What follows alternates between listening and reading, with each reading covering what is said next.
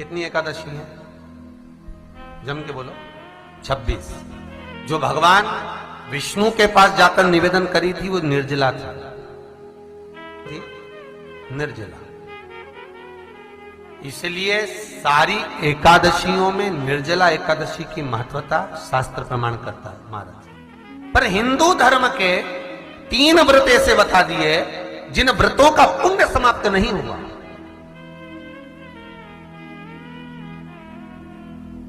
हिंदू धर्म के 3 व्रत ऐसे हो गए जिनका पुण्य समाप्त नहीं हुआ महाराज। क्यों? जिनका पुण्य प्रबलता में बढ़ता गया। पहले नंबर पर एकादशी, दूसरे नंबर पर प्रदोष और तीसरे नंबर पर शिवरात्रि। एकादशी आकर खड़ी हो गई।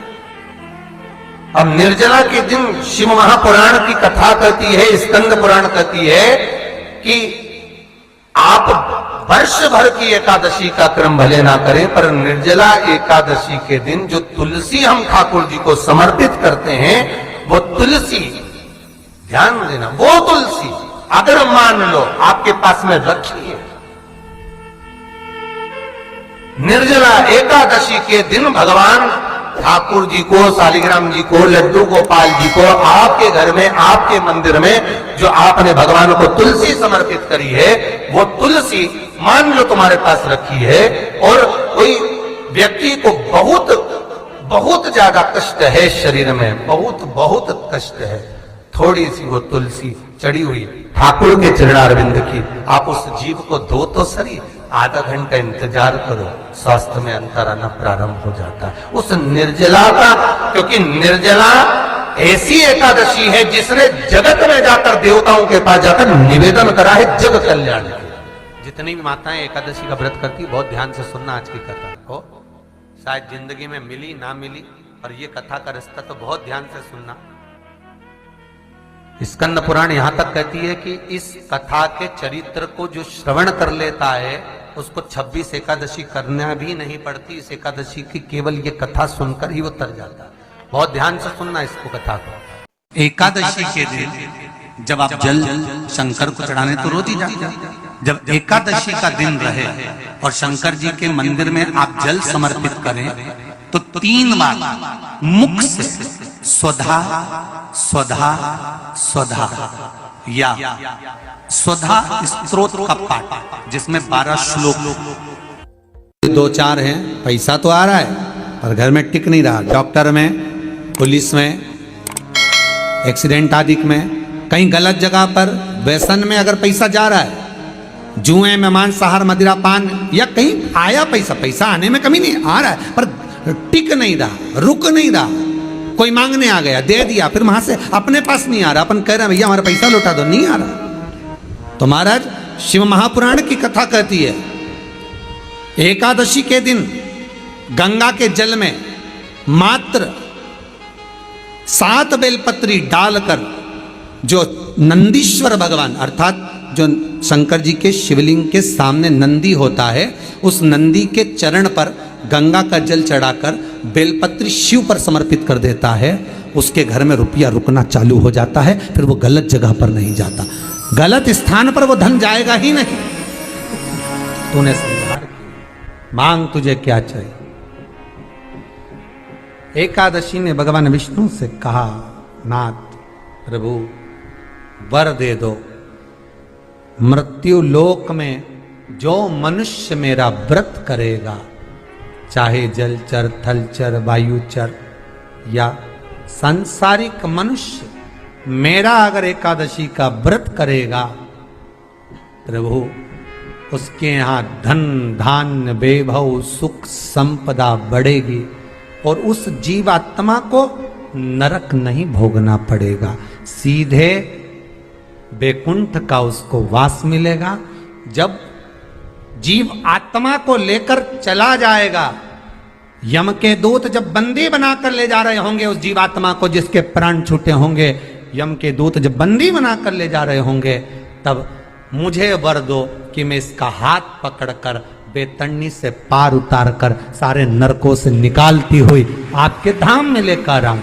भगवान ने वर दे दिया, तथास्तु। हे एकादशी सुनो, मृत्यु लोक का मनुष्य अन्न का त्याग कर कर, क्योंकि अन्न में एकादशी के दिन पाप पुरुष रहता है, अन्न का त्याग कर कर एकादशी के दिन जो मनुष्य तुम्हारा व्रत धारण करेगा, उस व्रत को करेगा और उस व्रत को धारण करेगा, उसकी मनोकामना पूर्ण होकर वो मेरे ही धाम को जाएगा।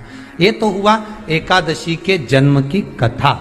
एकादशी के दिन गंगा के जल में मात्र 7 बेलपत्री डालकर जो नंदीश्वर भगवान अर्थात जो शंकर जी के शिवलिंग के सामने नंदी होता है, उस नंदी के चरण पर गंगा का जल चढ़ाकर बेलपत्री शिव पर समर्पित कर देता है, उसके घर में रुपया रुकना चालू हो जाता है। फिर वो गलत जगह पर नहीं जाता, गलत स्थान पर वो धन जाएगा ही नहीं।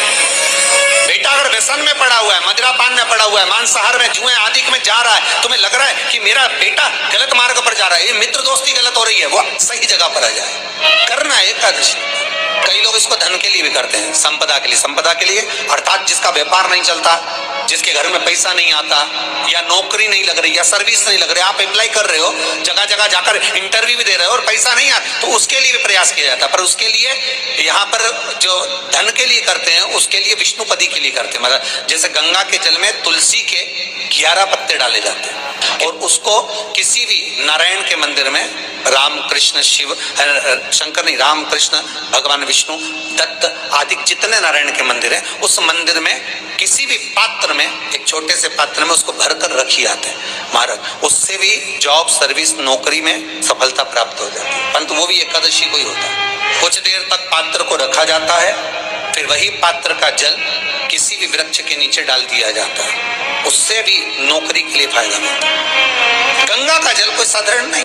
दशमी, एकादशी और द्वादशी, इन 3 तिथियों पर एक रोटी में थोड़ा सा मीठा रखकर सोमक पितृ का नाम लेकर यदि गाय को खिला दिया जाता है, तो अगर कोई पूर्वज प्रेत योनि में भी पड़ा हुआ होता है, भटक रहा होता है, जिसको पिंड नहीं मिला, जो अचानक मर गया होता है, अधोगति में चले गया होता है, उस जीव की मुक्ति दशमी, एकादशी और द्वादशी, ये 3 दिन सोमक पितृ का नाम लेकर रोटी में, पूड़ी में मीठा रखकर अगर गाय को खिला दिया जाता है ये 3 दिन तक, तो वो पितृ कभी भटकते नहीं है, उनको मुक्ति प्राप्त हो जाती है, मोक्ष में।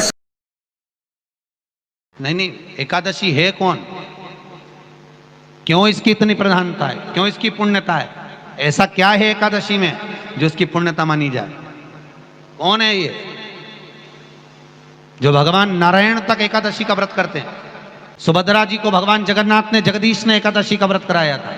बद्रीनारायण भगवान को माता लक्ष्मी ने एकादशी का व्रत कराया था। क्यों?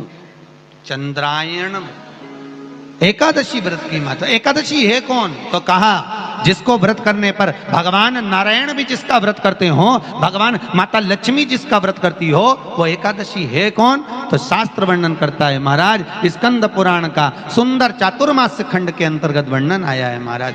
एक बार भगवान विष्णु आनंद में विराजमान थे, पद्मावती और माता लक्ष्मी दोनों उनके पास में विराजी हुई थी।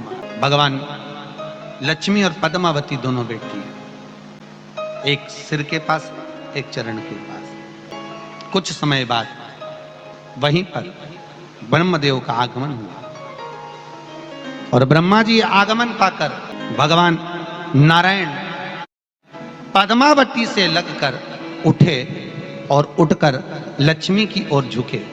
झुकने पर इन तीनों के समागम से भगवान नारायण के हृदय चित्त से एक कन्या प्रकट हो गई। उस कन्या का नाम एका था। क्या नाम था? एका। अब 10 उसके गुण इतने प्रबल थे, वो 10 गुण उसके बड़े प्रबल थे कि वो एका जिसको निहारती थी उसको संपदावान बना देती थी, जिसको देख लेती थी उसके जीवन में वो आनंद की अनुभूतियां करा देती थी। एका जिस मार्ग से जाती थी उस मार्ग के द्वार खोल देती थी। एका का पुण्य इतना पुण्य प्रखर। पद्मावती और लक्ष्मी ने कहा महाराज ये बेटी आपके द्वारा निर्मित हुई है, इसका कन्यादान करना चाहिए। हमारे यहाँ हिंदू धर्म में रीति है, जिस दिन कन्यादान करा जाता है उस दिन व्रत रखा जाता है।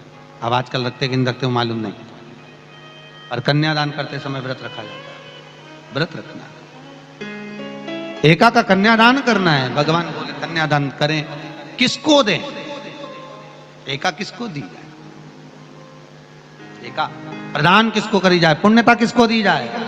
भगवान नारायण ने उसी समय लक्ष्मी और पद्मा से पूछा, तुम एकादशी के दिन जब आप जल शंकर को चढ़ाने तो रोज ही जाते। जब एकादशी का दिन रहे और शंकर जी के मंदिर में आप जल समर्पित करें तो 3 बार मुख से स्वधा स्वधा स्वधा या स्वधा स्तोत्र का पाठ, जिसमें 12 श्लोक 2-4 हैं। पैसा तो आ रहा है पर घर में टिक नहीं रहा। डॉक्टर में, पुलिस में, एक्सीडेंट आदि में, कहीं गलत जगह पर व्यसन में अगर पैसा जा रहा है, जुए में, मांसाहार, मदिरा पान, या कहीं आया पैसा आने में कमी नहीं, आ रहा है पर टिक नहीं रहा, रुक नहीं रहा। कोई मांगने आ गया, दे दिया, फिर वहां से अपने पास नहीं आ रहा, अपन कह रहे हैं भैया हमारा पैसा लौटा दो, नहीं आ रहा। तो महाराज शिव महापुराण की कथा कहती है, एकादशी के दिन गंगा के जल में मात्र 7 बेलपत्री डालकर जो नंदीश्वर भगवान अर्थात जो शंकर जी के शिवलिंग के सामने नंदी होता है, उस नंदी के चरण पर गंगा का जल चढ़ाकर बेलपत्री शिव पर समर्पित कर देता है, उसके घर में रुपया रुकना चालू हो जाता है। फिर वो गलत जगह पर नहीं जाता, गलत स्थान पर वो धन जाएगा ही नहीं। तूने संहार किया, मांग तुझे क्या चाहिए। एकादशी ने भगवान विष्णु से कहा, नाथ प्रभु वर दे दो, मृत्यु लोक में जो मनुष्य मेरा व्रत करेगा, चाहे जलचर, थलचर, वायुचर या सांसारिक मनुष्य, मेरा अगर एकादशी का व्रत करेगा, प्रभु उसके यहाँ धन धान्य वैभव सुख संपदा बढ़ेगी और उस जीवात्मा को नरक नहीं भोगना पड़ेगा, सीधे बैकुंठ का उसको वास मिलेगा। जब जीव आत्मा को लेकर चला जाएगा, यम के दूत जब बंदी बनाकर ले जा रहे होंगे उस जीवात्मा को जिसके प्राण छूटे होंगे, यम के दूत जब बंदी बनाकर ले जा रहे होंगे, तब मुझे वर दो कि मैं इसका हाथ पकड़कर बेतन्नी से पार उतार कर सारे नरकों से निकालती हुई आपके धाम में लेकर आऊं। भगवान ने वर दे दिया, तथास्तु। हे एकादशी सुनो, मृत्यु लोक का मनुष्य अन्न का त्याग कर कर, क्योंकि अन्न में एकादशी के दिन पाप पुरुष रहता है, अन्न का त्याग कर कर एकादशी के दिन जो मनुष्य तुम्हारा व्रत धारण करेगा, उस व्रत को करेगा और उस व्रत को धारण करेगा, उसकी मनोकामना पूर्ण होकर वो मेरे ही धाम को जाएगा। ये तो हुआ एकादशी के जन्म की कथा। एकादशी के दिन गंगा के जल में मात्र 7 बेलपत्री डालकर जो नंदीश्वर भगवान अर्थात जो शंकर जी के शिवलिंग के सामने नंदी होता है, उस नंदी के चरण पर गंगा का जल चढ़ाकर बेलपत्री शिव पर समर्पित कर देता है, उसके घर में रुपया रुकना चालू हो जाता है। फिर वो गलत जगह पर नहीं जाता, गलत स्थान पर वो धन जाएगा ही नहीं। बेटा अगर व्यसन में पड़ा हुआ है, मदिरा पान में पड़ा हुआ है, मांसाहार में, जुए आदि में जा रहा है, तुम्हें लग रहा है कि मेरा बेटा गलत मार्ग पर जा रहा है, ये मित्र दोस्ती गलत हो रही है, वो सही जगह पर आ जाए। करना है एकादशी। कई लोग इसको धन के लिए भी करते हैं, संपदा के लिए। संपदा के लिए अर्थात जिसका व्यापार नहीं चलता, जिसके घर में पैसा नहीं आता, या नौकरी नहीं लग रही, या सर्विस नहीं लग रही, आप अप्लाई कर रहे हो, जगह जगह जाकर इंटरव्यू भी दे रहे हो और पैसा नहीं आता, तो उसके लिए भी प्रयास किया जाता है। पर उसके लिए यहाँ पर जो धन के लिए करते हैं, उसके लिए विष्णुपदी के लिए करते हैं। मतलब जैसे गंगा के जल में तुलसी के 11 पत्ते डाले जाते हैं और उसको किसी भी नारायण के मंदिर में, राम कृष्ण शिव शंकर नहीं, राम कृष्ण भगवान विष्णु दत्त आदि जितने नारायण के मंदिर हैं, उस मंदिर में किसी भी पात्र में, एक छोटे से पात्र में उसको भरकर रखी जाते हैं महाराज। उससे भी जॉब सर्विस नौकरी में सफलता प्राप्त हो जाती है। परंतु वो भी एकादशी को ही होता है। कुछ देर तक पात्र को रखा जाता है, फिर वही पात्र का जल किसी भी वृक्ष के नीचे डाल दिया जाता है, उससे भी नौकरी के लिए फायदा मिलता है। गंगा का जल कोई साधारण नहीं। दशमी, एकादशी और द्वादशी, इन 3 तिथियों पर एक रोटी में थोड़ा सा मीठा रखकर सोमक पितृ का नाम लेकर यदि गाय को खिला दिया जाता है तो अगर कोई पूर्वज प्रेत योनि में भी पड़ा हुआ होता है, भटक रहा होता है, जिसको पिंड नहीं मिला, जो अचानक मर गया होता है, अधोगति में चले गया होता है, उस जीव की मुक्ति दशमी, एकादशी और द्वादशी, 3 दिन सोमक पितृ का नाम लेकर रोटी में, पूड़ी में मीठा रखकर अगर गाय को खिला दिया जाता है ये 3 दिन तक, तो वो पितृ कभी भटकते नहीं है, उनको मुक्ति प्राप्त हो जाती है, मोक्ष में।